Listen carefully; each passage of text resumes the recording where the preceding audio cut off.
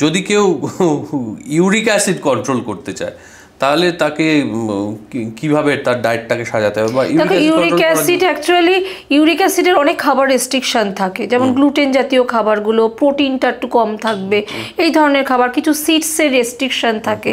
তো uric acid, তবে এখন যা সুন্দর ওষুধ বেরিয়ে গেছে, আমি সেদিন দেখছিলাম, তো সিডস খাওয়া যায়, মানে আমি সিডস বারণ করি না, তবে কিছু জিনিস ইউরিক অ্যাসিডে বারণ করি, লাইক ছাতু, ছোলা, হ্যাঁ, স্পেশালি মাশরুম, যাদের ইউরিক অ্যাসিড আছে মাশরুম একদম খাবে না। হ্যাঁ, হাই প্রোটিন। মাখনাও খেতে পারবে না, না মাখানা হাই প্রোটিন নেই, মানে ওটা ফাইবার জাতীয় খাবার, ওটা খাওয়া যায় মাখানা।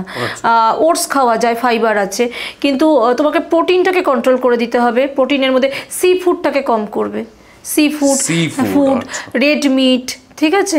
দেন প্রচুর তেলাক্তযুক্ত চর্বিযুক্ত মাছ, ঠিক আছে, অনেকে আছে তেলাক্তযুক্ত মাছ খেতে ভালোবাসে, ওটা একটু কমিয়ে দেবেন। একদম বারণ করে দিই বেসন, আটা, ট্রান্সফ্যাট তো নয়, ময়দা তো নয়ই একদম, কিছু ডাল, যেমন তারপরে কিছু সবজি, স্পিনাচ, টমেটো, এগুলোকে একটু কম করে মানে দেবেন, তাতেই আপনি ইউরিক অ্যাসিড ভালো। সঙ্গে ওষুধ খাবেন, কারণ এগুলো তো লাইফস্টাইল ডিজিজ, ওষুধ ডাক্তারের পরামর্শ ছাড়া বন্ধ করবেন না।